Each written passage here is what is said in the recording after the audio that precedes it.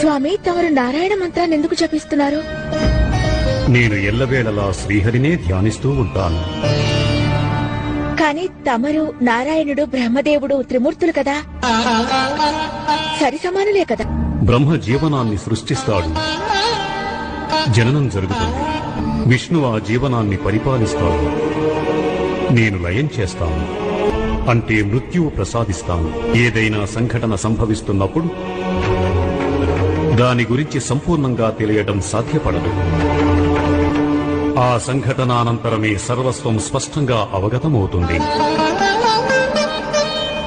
ఏం జరిగింది, ఎలా జరిగింది, ఎందుకు జరిగింది, దాని వెనుక అర్థం ఏమిటనేది.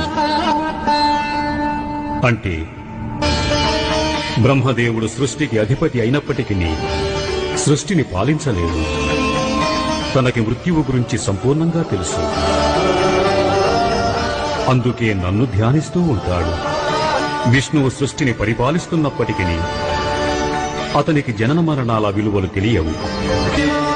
అయితే మృత్యువుకు ముందు సంభవించే నిగూఢ సత్యం గురించి నాకంటే బాగా ఎవరికీ తెలియదు. అందుకే